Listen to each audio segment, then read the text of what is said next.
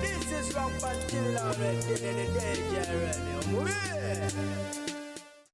Buterevu omulungi omwagalwa kwoli ate nga nkwebaza okuba ng'ojja kumiddeko pije the news nga bulijjo oggakutuusaako gana kumeerere g'empise nago olunaku olwaliro ntandise n'omuyimbi eyatuyisa mu lockdown amanyiddwa nga Mr. Easy ng'ennaku z'omwezi 2 Okitobo ono yennyini twafuna amawulire ag'essanyu ag'okwaniriza omwana we eyali azaaliddwa wabula ng'ate wenjogera olunaku olwaliro avuddeyo ng'abika omwana waabwe gwe baali baakafuna ne mukyala we amanyiddwa nga Kimberly ono awandise n'agamba nti with much regret we would like to inform the general public that Opoka Eric, Izzy and Kimberly have lost their born baby Omara Seth Rota. We ask for your prayers. Bwatyo bwawandise kitalo nnyo kitalo ddala Mungu abeere ng'ate abagumya bayise mu mbeera eno ey'obulumi. So ng'ate amawulire amalala g'ekikangabwa kwe kufa kw'omukyala amanyiddwa nga Evelyn Nakirya ng'ono yafiiridde ku nnyonyi eya Emirates eyamujja mu ggwanga ly'etu Uganda ng'ayolekera mu ggwanga erya Canada. Ennyonyi eno yafunye emergency landing mu ggwanga erya Iceland era ng'omubiri gw'omukyala ono gye baagulese era ng'abafamire bagenda maaso okukola bukubirira okulaba nti bamukomyawo. Kigambibwa nti Nakirya yabadde atravalinze ne sister we nga bagenda e Canada weewaawo n'atasobola kuba ng'ate akimakinga oluvannyuma lw'okuba nti yabadde ne heart failure. Omukyalo ono abadde akakkalabiriza mu katale e Nakasero weewaawo yakolerako mu kibuga Dubai. Kitalo nnyo kitalo ddala. Mutabani we yaliko Vice President w'eggwanga ly'etu Uganda omukulu amanyiddwa nga Edward Kiwanuka II yaziikiddwa olunaku olw'eggulo ku bijja bya bajjajjaabe. Omutabani ono yali amanyiddwa nga Alex Kayanja II era nga yafiira mu ddwaliro e Lubaga gye yali amaze ebbanga eriwerako ddala lya ssabbiiti 2.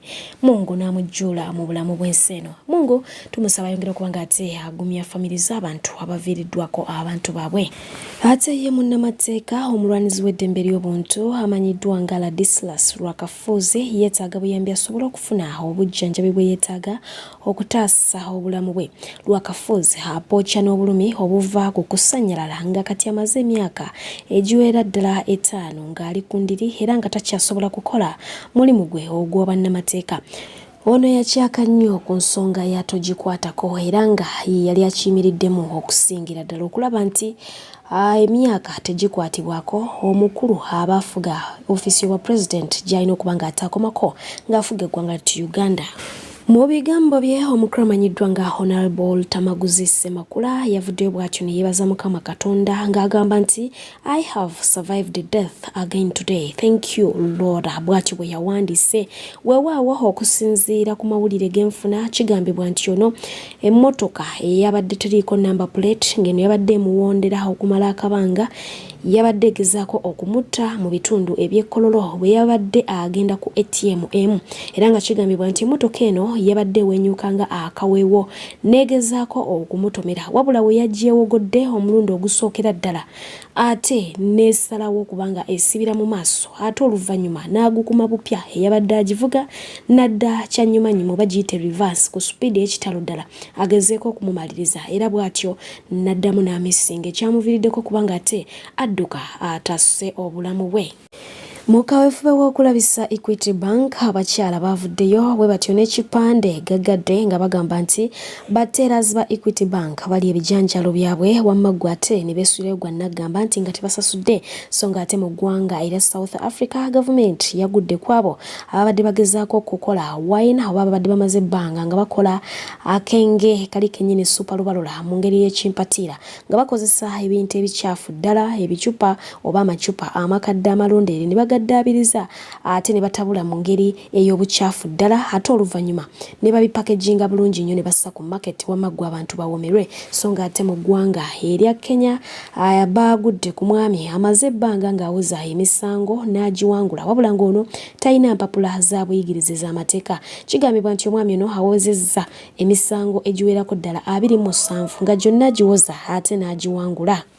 Olunaku olwaleero abayizi ab'essiniya ey'okuna ebibuuzo lwe babiggyeeko akawuuwo era nga bwe batyo bwe babitandise. Weewaawo we tuddako mu disitulikiti eya Kameramaido abayizi abagwa ku kabenje nga bagenda okulambula nabo baggiddwayo mu ddwaliro ne baleetebwa okuba nga ate bakola ebibuuzo bino. Bano nno babawaaddeko abanaabayambako basobole okuba nga ate ekintu kino bakigusa. So nga ate yonkujjeyo ye omukyala amanyiddwa nga Mariam Wangadya ng'ono yakulira akakiiko akalwanirira eddembe ly'obuntu yagenze mu maaso okuba nga ate abaako byayogera ebyaviiriddeko bannayuganda bangi okuva mu mbeera era ng'ebigambo byesse bikuddiremu sabo byewulirireko. So ekigambo okubuzibwawo nze bwe mpulira abamala gakikozesa mu lusaagosaago okutambulizaako ebyobufuzi byabwe. Muli mpulira nfa kuba mmanyi okubuzibwawo tekitegeeza okuzuula kwa mukulaga. So okuzuula kwaffe kulaga nti ekyo ekigambo kikozesebwa bubi. Si buli akwatibwa nti aba awambiddwa. Nze simanyi bulungi Luganda kuba ngambye nti nzaalibwa eyo Bulambuli. Oluganda olutono lwenjogerako lwero kakungulu lwe yaleeta ewaffe. Naye tubadde yatulira nti abantu kumpi bisatu. Kati mu kubuuliriza kwaffe twatuzuula nti ebintu ebyo tebiriiyo. Kusasamaza kwegamba kati oba bannaffe bano balina kigendererwa ki sikimanyi. Ekyo nno kijja omukyala amanyiddwa nga Fifi mu mumbeera era ng'onaavuddeyo bw'atyo ng'awanda muliro nga bwogenda okubaga ate omwota buliro ngenda kuba nga ate mbeerekereza naye nga nyongera okubajjukiza nti tukyagendera ddala mu maaso okuba nga tukwasaganya emirimu gy'okubajja ku airport n'okubatwala ku airport ate nga naawe eyeetaaze okuba nga weewuunyisa omwagalwawo still we do deliver. Thank you so much for watching. Mubeere bulungi mweraba. Muna Uganda otambudde n'obwoya ne bukugwa ku ntumbwe toddamu kwetawanya anti-Molden International Labour Consultants ye kampani eyakakasibwa gavumenti okutwala bannayuganda emitala w'amayanja mu nsi nga Kuwait, Qatar, UAE, Jordan wamu ne Saudi Arabia. Beetaaga ba cleaners, drivers, waiters and waitresses, baristas, car washers, tailors, constructors, security guards, chefs, hairdressers, abapedikiwa ne manicure, housekeepers ate nga n'abakola ku bisaawe ebyennyonyi tebabeerabidde anti eno ye home of opportunities. Okumanya ebisingawo basange ku offices zaabwe ezisangibwa e Namuŋŋoona, Nakibinge Road mu Rubaga Division oba bakubire ku nnamba zaabwe ez'essimu 074 73 88 21 oba 0787 75 23 29 oba baweereze ka message ku WhatsApp 077 0 eyo ye Molden International Labour Consultants ensibuko y'emikisa. Okay, my name is Fifi the Queen Mchala Mugwati. Baganda bange leero nzizenga n'obusungu bunnuma nnyo. Nyina ka video kendabye ak'omukazi akulira Human Rights Commission e Uganda. Mukazi gwe wikasiyo n'abantu abakulinaanye n'ekikakyo kyonna Mukama Katonda abakola emirimu fenga muzunga. Ogambye gwe Mariam Wangadya. Mariam Wangadya. Neetaaga okumanya amakulu g'erinnya Wangadya. Banafa abava Bulambuli mutusaasire mutwe ku meaning y'erinnya. Before we put our opinions, tuyinza okuba tuwonoona obudde ku muntu Katonda bwe yasiimuula nga Katonda. Too bad such an institute ekulibwa omukyala atayinaamu wadde ka empathy mu mutima gwe, atayinaamu kabuntu, atayinaamu kantu konna kalumirirwa bantu. Simply because gwe wazaala ku mulembe ogwayitako agaana go ne gakula ne gafuna agafo mu government ne gabeera protected and yourself. Where do you even get the audacity, I mean the nerves, to come in camera and tell us what you told us? Wajjewa amaanyi n'obuyinza. Okay, osobola tuyamba n'otuwako ku definition y'ekigambo kuwamba. Kituwe mu luzungu kuba ogambe totegeera Luganda. Bwe watotegeera Luganda, do not ever come and make a comment or statements in our language when you're fooling us abalutegeera. Tokiddanga muggwe yogera mu Lulambuli olimba abeewammwe osiriwaza abeewammwe ffe twesonyiire ddala.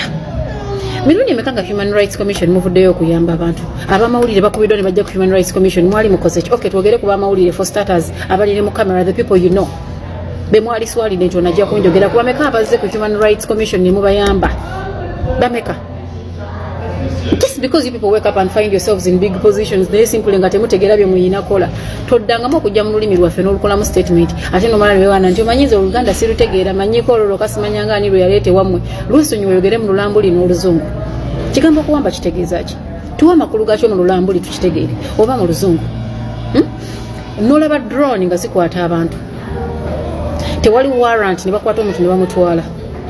Ne police ne mwegana nga mumunoonya amaje ne gamwegana aba counter terrorism ne bamwegana buli muntu buli kitongole kikumadde ne kimwegana omuntu nabula a year plus, then you come in public and open what you call a mouth n'otutegeezanga abantu bakozesa obubi ekigambo kuwamba. This is not a political thing, this is a Ugandan matter. Gwe mukazi gwe bino si bya bufuzi betwogerako, njogera ku nsonga ekwata ku bwise kino moba wayingire obufuzi batu wayingire kubanga baba bakima tebikyaliko nti bakimyani.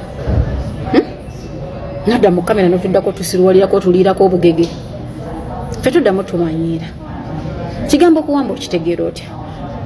Abaganda bagamba seruka mama yito bali kwata kuliryo. Olitegeera nti n'ababyogera tebali mu kusiika chapati. Okay, okuwamba kitegeeza kituyambe ko tukitegeere. Naye mwe bantu mwe bamutulaba kama tu mutuyita basiru tulimbuzi. Obadde onyuma kusirika kubanga omaze ebbanga ng'osirise tulajanidde Human Rights Commission ebbanga ng'osirise sirikirayo onyuma osirise bw'oyogera owunya akamwa ebikuvaamu bivundu. Abaana b'abantu bakwatiddwa, abaana b'abantu basibiddwa, abaana b'abantu battiddwa, and you come in the camera openly emisana tuku n'oyogera mbu n'ekigambo kuwambibwa tekirimu mu ggwanga tukikozesa bukozesa bubi. Are you okay? Like, are you still in your normal senses?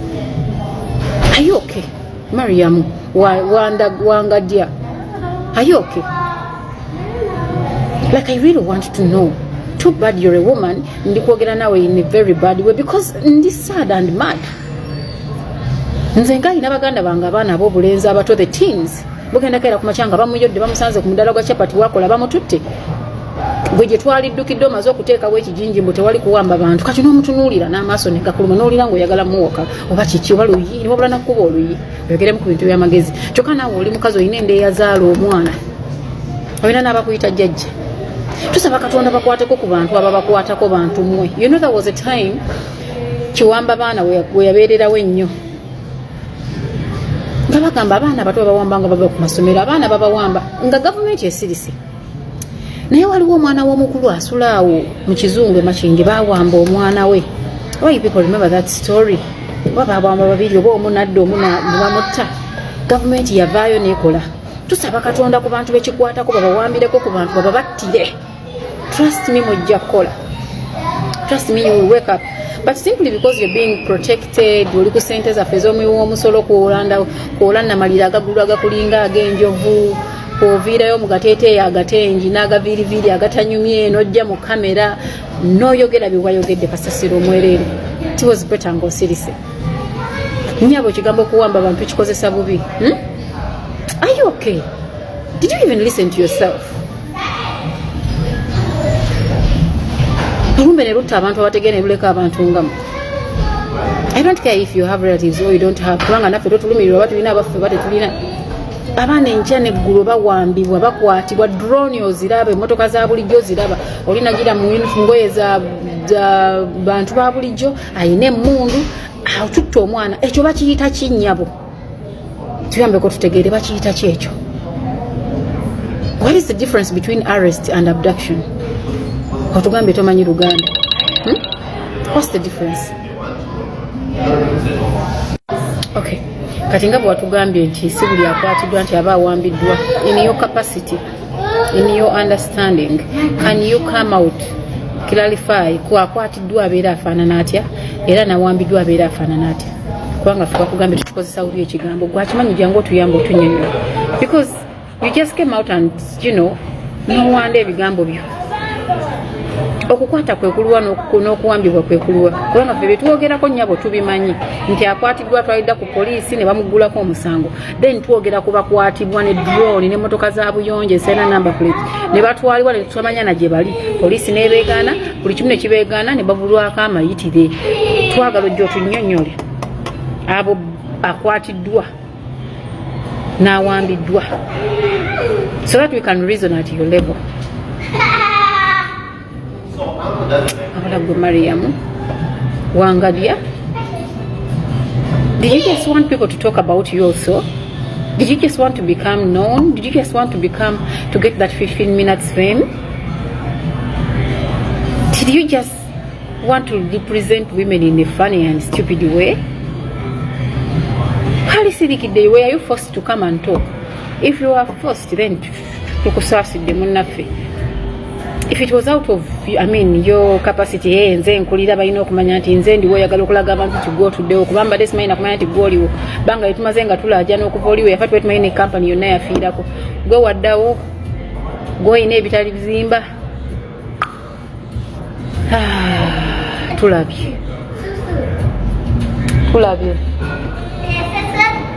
shoes leave it yes tulabye naye mukama mulungi naawe wazaala ate okyassa bakyayinza naawe okutwala sigososokolera gavumenti bangi abagikolera bangi abakusookawo naye nga nabo balina bye bayiseemu tusaba katonda naawe akuweeko kukajjula ako ku dayiningi okalyeko okawulire olidda n'otubuulira nakigambo bakikozesa bubi naye bantu mwe mukudaala odudde maama okudadde oliba olaba nnaku kiggwe nakufa oli kuyita okwebaka n'amagombo oligalabamu kalina kega tuli basiku omuntu naabula okumala omwaka plus as in a year plus and you come out in the public oyogera ebintu by'ekisiru bwe bityo